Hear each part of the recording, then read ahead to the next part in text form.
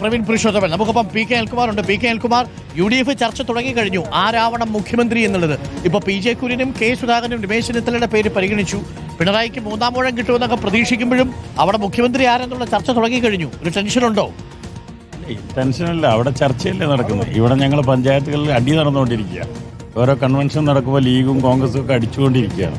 അപ്പോൾ ആ അടി കോൺഗ്രസിൽ എന്നും ഉണ്ടാവും. ഈ PK ജയലക്ഷ്മി മാനന്തവാടിയിൽ കഴിഞ്ഞ തവണ കോൺഗ്രസ്സുകാരും ലീഗുകാരും ഒക്കെ പാരവെച്ചുവെന്നും അവരുടെ പോസ്റ്റ് ഒട്ടിക്കാൻ പോയില്ല എന്നും ഇന്നലെ ഒരു ആരോപണം ഉന്നയിച്ചിരുന്നു. അപ്പോൾ അങ്ങനെ ഒരു സാഹചര്യം ഇപ്പോൾ ഈ മണ്ഡലത്തിൽ എവിടെയെങ്കിലും ഉണ്ടോ? പക്ഷേ UDF കൽപ്പറ്റയിൽ ഒറ്റക്കെട്ടല്ലേ? അല്ല, പുറമെ എപ്പോഴും UDF ഒറ്റക്കെട്ടാണല്ലോ. PK ജയലക്ഷ്മി 2 പ്രാവശ്യം മത്സരിച്ചപ്പോഴും പുറമെ ഒറ്റക്കെട്ടായിട്ടാണ് കണ്ടത്. പക്ഷേ ഇപ്പോഴാണല്ലോ യാഥാർത്ഥ്യം ജയലക്ഷ്മി തുറന്നു പറയുന്നത്. കേൾക്കുമാർ BJPയുടെ വോട്ട് വാങ്ങുമെന്നൊരു ആരോപണമുണ്ട്. അല്ല, ഞാൻ ആരുടെയും വോട്ട് വാങ്ങാൻ ശ്രമിക്കുന്ന, ഞാൻ 3 ഇലക്ഷനിൽ മത്സരിച്ചിട്ടുണ്ട്. ഡീലുണ്ടോ കൽപ്പറ്റയിൽ? ഇല്ല, ഒരു ഡീലും ഇല്ല. കാരണം ഞാൻ 3 ഇലക്ഷൻ മത്സരിക്കുമ്പോഴും ഒരു രാഷ്ട്രീയ സംഘടനയിലോ അങ്ങനെ വോട്ട് വാങ്ങി ജയിച്ചിട്ടില്ല. അതുകൊണ്ട് ഞാൻ ഇലക്ഷൻ പ്രചരണം നടത്തും.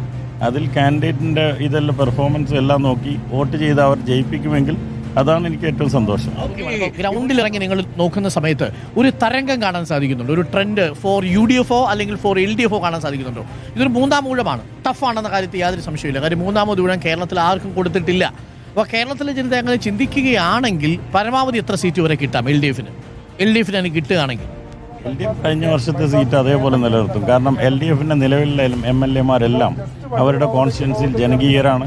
അവർക്ക് യാതൊരു നെഗറ്റീവുമില്ല. ആ സീറ്റുകൾ നിലനിർത്തുകയും 1-2 സീറ്റുകൾ കൂടുതൽ പിടിക്കുന്നതാണ് സാഹചര്യമാണ് ഇപ്പോൾ ഉള്ളത്. ഇപ്പോൾ കൽപ്പറ്റ ഇവിടെ സംബന്ധിച്ച് തദ്ദേശ സ്വയംഭരണ തെരഞ്ഞെടുപ്പിലെ ട്രെൻഡേ അല്ല. ഏറ്റവും വലിയ ഘടകം എന്ന് പറഞ്ഞാൽ സ്ത്രീ സുരക്ഷ പൈസ ഗവൺമെൻറ് കൊടുത്തു. അതിൽ ഈ കോൺസ്റ്റിറ്റ്യൻസിയിലെ ഗുണം, ഇതൊരു തോട്ടം തൊഴിലാളി മേഖലയാണ്. ഈ തോട്ടം തൊഴിലാളികൾക്ക് ഒരു കാലത്തും ഗവൺമെൻറ്റിൻ്റെ ഇങ്ങനത്തെ പൈസയൊന്നും കിട്ടാറില്ല. IAY വീട് കിട്ടില്ല.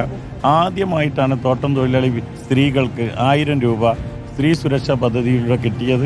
അത് ഞാൻ സ്ഥാനാർത്ഥി, ഞാൻ ആ ഫീൽഡിലുള്ള ആളാണ്.